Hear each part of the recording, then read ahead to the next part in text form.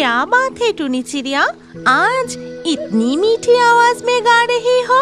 जरूर कोई खुशी की खबर है। अरे स्वर्ण जलपरी आप? हाँ दोस्त, आज का दिन मेरे लिए बहुत खास है। मैंने आज 2 अंडे दिए हैं। पहली बार मुझे माँ डाक सुनने को मिलेगा। सच में? ये तो बहुत ही खुशखबरी है। अच्छा, क्या तुम्हारी अंडे मुझे दिखा सकती हो? ये सुनते ही टूनी चिड़िया खुशी खुशी अपने अंडों को चोंच से उठाकर स्वर्ण जलपरी को दिखाती है और टूनी चिड़िया के अंडों को देखकर स्वर्ण जलपरी बहुत खुश होते हैं। इसके बाद कई दिन बीत जाते हैं। टूनी चिड़िया अपने घोंसले में बैठकर अंडों को देखभाल करती है और स्वर्ण जलपरी नदी में तैरती रहती है। लेकिन एक दिन, अरे बाप रे, आसमान तो काले बादल से छा गए हैं। अभी तूफान आने वाला है। जल्दी मुझे नदी के किनारे आश्रय लेना चाहिए। कुछ ही देर में तेज तूफान और बारिश शुरू हो जाती है। लगातार बिजली गरजने लगी। जंगल के सारे पेड़ हिलने लगे। तेज हवाओं के कारण नदी में भी ऊंची ऊंची लहरें उठने लगी। कितनी भयंकर तूफान है। लहरें इतनी तेज है कि मैं खुद को संभाल ही नहीं पा रही हूँ। ऐसा लग रहा है कि मैं अभी बह जाऊंगी। और सच में स्वर्ण जलपरी अपने आप को संभाल नहीं पाई और तेज धाराओं में वो बहती हुई जाने लगी। तभी अचानक न जाने क्या उड़ते हुए आकर स्वर्ण जलपरी के सिर पर आके गिरता है। अरे बाप रे, लगता है तूफान में टहनियाँ टूटकर मेरे सर पर गिरा है। फिर स्वर्ण जलपरी अपनी सिर से वो चीज हाथ में लेकर देखती है। अरे ये तो टूनी चिड़िया का घोंसला है। तूफान में पेड़ से टूटकर मेरे सिर पर गिरा है। लेकिन क्या अंडे सुरक्षित है? फिर वो अंडे को अच्छे से देखकर कहती है, हाँ, दोनों अंडे ही सुरक्षित है। लेकिन टूनी चिड़िया कहाँ है? इस तूफान में वो अपने अंडे को छोड़कर कहाँ चले गई? इसके कुछ देर बाद धीरे धीरे तूफान थम जाता है। स्वर्ण जलपरी टूनी चिड़िया को ढूंढने के लिए नदी के हर किनारे तैरते हुए जाने लगी। टूनी चिड़िया, तुम कहाँ हो? क्या तुम्हें मेरी आवाज सुनाई दे रहा है? टूनी चिड़िया, जवाब दो। ठीक उसी वक्त नदी किनारे आता है जैकी लोमड़ी। क्या हुआ है जलपरी? इतनी जोर से चिल्ला क्यों रही हो? हुआ क्या है? मुझे कुछ नहीं हुआ है जैकी लोमड़ी। देखो ना, टूनी चिड़िया का घोंसला टूटकर गिर गया है। घोंसले में उसकी 2 अंडे भी हैं, लेकिन टूनी चिड़िया कहीं दिखाई नहीं दे रही है। अच्छा, तो ये बात है। मैं देखता हूँ कि टूनी चिड़िया अभी कहाँ है। वो मिलते ही तुम्हारे बारे में कहूँगा। लेकिन टूनी चिड़िया की ये 2 अंडे मुझे दे सकती हो? वो मिलते ही उसे मैं लौटा दूंगा। नहीं, अंडे मेरे पास सुरक्षित है। तुम बस टूनी चिड़िया का पता लगाकर मुझे खबर दो। ये बात सुनकर चालाक जैकी लोमड़ी थोड़ा नाराज होकर वहाँ से जाते हुए कहता है, वो जलपरी बहुत चालाक है। कहती है कि अंडे मेरे पास सुरक्षित है। अगर वो अंडे मुझे देते तो मेरे पेट में वो अंडे सुरक्षित ही रहता। ये कहते हुए जैकी लोमड़ी वहाँ से चला जाता है और घूम घूम के अपना खाना ढूंढने लगता है। लेकिन इस तरफ जलपरी के ऊपर और एक मुसीबत आ जाता है। उसके सिर पर चिड़िया के घोंसले में 2 अंडे देखकर किंग कोबरा सांप कहता है, सुनहरी जलपरी, तुम्हारी सिर पर वो किसके घोंसले लेके घूम रही हो? उसमें देख रहा हूँ 2 खूबसूरत अंडे भी है। देखो ना किंग कोबरा, मैं बहुत परेशान हूँ। उस दिन तूफान में टूनी चिड़िया की घोंसला टूटकर गिर गई थी। इस घोंसले में 2 अंडे भी हैं, लेकिन टूनी चिड़िया की कोई खबर नहीं। अच्छा, टूनी चिड़िया की कोई पता नहीं चल रही है। कोई बात नहीं, वो 2 अंडे मुझे दे दो। मैं ले जाके मेरी पत्नी को देती हूँ। वो अंडे से बच्चे को जन्म दे देगी। नहीं, इसकी कोई जरूरत नहीं। मैं अंडों का खुद ख्याल रखूंगी। टूनी चिड़िया मिलते ही मैं उसके अंडे लौटा दूंगी। अच्छा, तो ऐसा है। मेरी बात नहीं मानोगी? अभी दे दे। ये कहते हुए किंग कोबरा सांप स्वर्ण जलपरी को हमला करने जाता है। और स्वर्ण जलपरी खुद को बचाने के लिए नदी में तैरते हुए भागने लगी। फिर बहुत दूर जाने के बाद स्वर्ण जलपरी नदी किनारे एक झाड़ियों के पीछे छुपकर मन ही मन सोचने लगा कि नहीं, मैं इस तरह से किंग कोबरा से बच नहीं पाऊंगी। मुझे दूसरे कोई रास्ता देखनी ही होगी। ये सोचते ही स्वर्ण जलपरी प्रकृति देवी को शरण करती है और साथ ही साथ प्रकृति देवी वहाँ प्रकट होती है। क्या हुआ स्वर्ण जलपरी, इस वक्त मुझे बुलाया? बताओ मुझे। हे प्रकृति देवी, मैं असहाय होकर आपको याद किया। टूनी चिड़िया के ये 2 अंडे खाने के लिए किंग कोबरा सांप मेरा पीछा कर रहा है।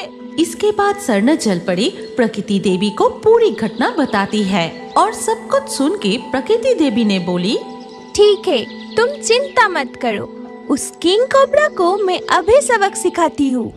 इसके बाद किंग कोबरा सांप उनके सामने आते ही प्रकृति देवी अपनी जादुई छड़ी से किंग कोबरा सांप को सबक सिखाते हैं। अरे बाप रे, प्रकृति देवी कहाँ से आ गई? जोर का झटका हमें जोरों से लगा। इसके बाद किंग कोबरा डर के मारे वहाँ से भाग जाता है। अब तुम्हें चिंता करने की कोई जरूरत नहीं। अब मैं चलती हूँ, जरूरत पड़े तो मुझे फिर से याद करना।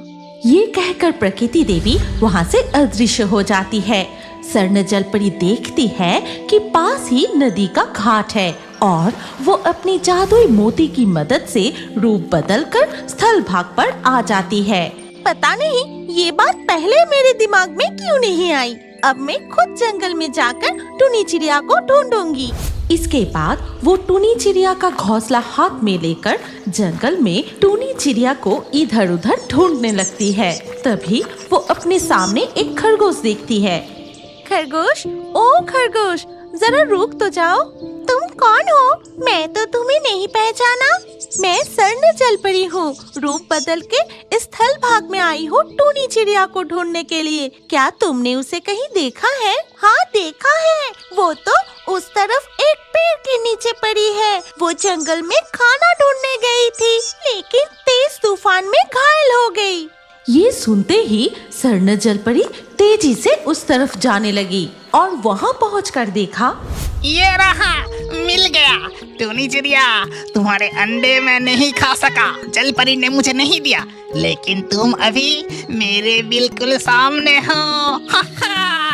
ये कहकर जैकी लोमड़ी टूनी चिड़िया की तरफ उछल के उसे खाने जाता है और ठीक उसी वक्त स्वर्ण जलपरी जमीन से एक सूखी लकड़ी उठाए लोमड़ी से कहती है, रुक जाओ जैकी लोमड़ी, उस दिन तुमने टूनी चिड़िया के अंडे को खाने की कोशिश की थी, लेकिन नाकाम रहे और अब तुम टूनी चिड़िया को ही खाने जा रहे हो। अभी मजा चखाती हूँ। ये कहते ही स्वर्ण जलपरी जैकी लोमड़ी की खूब पिटाई करती है। ये कौन है रे? कहाँ से आ गया? बचाओ! आज तुम्हें मेरे हाथ से कोई नहीं बचा सकता। अगर खुद को बचाना चाहते हो तो अभी यहाँ से भाग जाओ। फिर जैकी लोमड़ी डर कर वहाँ से भाग जाता है। इसके बाद स्वर्ण जलपरी टूनी चिड़िया के पास जाती है। स्वर्ण जलपरी, मैं तुम्हें पहचान गई। मेरी जान बचाने के लिए तुम्हें बहुत बहुत धन्यवाद। लेकिन मुझे लगता है कि मेरे अंडे सुरक्षित नहीं है। किसने कहा टूनी चिड़िया कि तुम्हारे अंडे सुरक्षित नहीं है? ये देखो, तुम्हारी 2 अंडे मेरे पास है और बिल्कुल सुरक्षित है। इसके बाद स्वर्ण जलपरी टूनी चिड़िया को उसके घोंसले में बिठाती है और कहती है, आज से तुम और तुम्हारे अंडे मेरे पास ही रहोगे जब तक अंडे से तुम्हारे बच्चे नहीं निकल आते।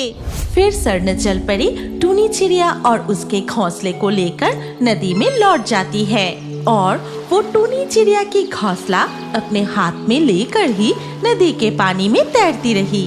समय आने पर अंडे से बच्चे निकलते हैं और धीरे धीरे बड़े होते ही माँ के साथ उड़ के चले जाते हैं। दूर एक गहरे जंगल में नदी पर बांस से बनी एक नाव तैरता हुआ दिखाई देता है। वो नाव तैरते हुए एक बड़ा सा चट्टान में अटक जाती है और उसी पत्थर के ऊपर उस वक्त प्रकृति देवी बैठ के तपस्या कर रही थी। प्रकृति देवी आँख खोलते ही उसे वो बांस की नाव दिखाई दी। ये क्या, बांस से बनी नाव यहाँ कैसे आई? और इसके ऊपर एक टूनी चिड़िया ऐसे क्यों लेटी है? तब प्रकृति देवी आश्चर्य होकर टूनी पंछी को अपने हाथ में लिए बोली, अरे, ऐसी मासूम छोटी सी टूनी चिड़िया की मौत कैसे हो सकती है? मैं इसे फिर से जीवन दान करूंगी। इसके बाद प्रकृति देवी टूनी चिड़िया को एक जादुई झरने के नीचे ले जाते ही वो फिर से जीवित हो जाती है। तुम कौन हो और मैं कहाँ हूँ? मैं हूँ प्रकृति देवी। तुम्हें इस तरह बांस से बनी नाव पर मृत अवस्था में आते देख मैं तुम्हें जीवन दान की। लेकिन तुम कौन हो और तुम्हें इस तरह नदी में कौन बहा दिया? मैं हूँ दुनिया। क्या तुम्हें पता है मेरी थौतीली माँ मेरे साथ क्या किया है? तो सुनो। हे नागराज, आप ऐसा जादू कीजिए ताकि मेरी सौतेन की बेटी मेरी परिवार से हमेशा हमेशा के लिए दूर हो जाए। ठीक है, मैं तुम्हारी इच्छा जरूर पूरी करूंगा, लेकिन मुझे क्या मिलेगा और तू ये काम क्यों करना चाहती है?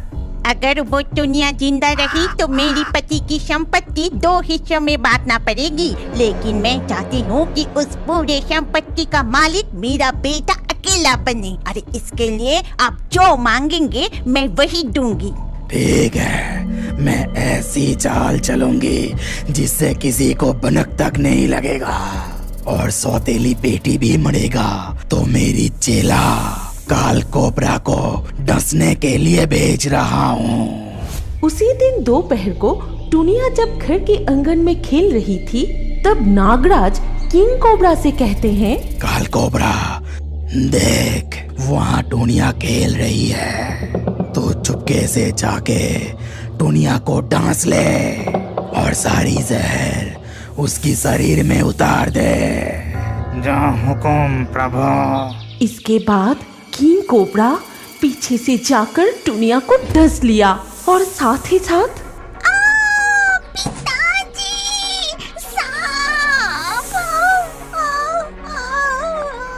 डसने के बाद ही किंग कोबरा तुरंत वहाँ से भाग गया। तब टुनिया की चीख सुनकर उसके पिता टुन्ना वहाँ आता है। क्या हुआ बेटी टूनिया, तू इस तरह छटपटा क्यों रही है? टुनिया छटपटाते हुए मर गई। तब उसकी सौतेली माँ कौआ वहाँ पर आती है। अरे ये क्या हो गया? दुनिया को तो काल कोबरा ने काट लिया, लगता है मर गई है। नहीं, ये नहीं हो सकता, हमारे टूनिया को बचाना ही पड़ेगा। मैंने सुना है गहरे जंगल के एक गुफा में नागराज रहते हैं, वो हमारी टूनिया को जरूर बचा लेगा। हाँ, उन्हें मैं जानती हूँ, वो बहुत ही अच्छा है। वहाँ जाएंगे तो वो जरूर मदद करेंगे। चलो हम वहाँ चले। इसके बाद वो दोनों टुनिया को लेकर जंगल के रास्ते से नागराज के पास पहुँचे। तब नागराज अपनी गुफा के सामने घूम रहा था। प्रभु नागराज, हमारी बेटी टूनिया को सिर्फ आप ही बचा सकते हैं। आप बचा लीजिए हमारी बेटी टूनिया को, बचा लीजिए।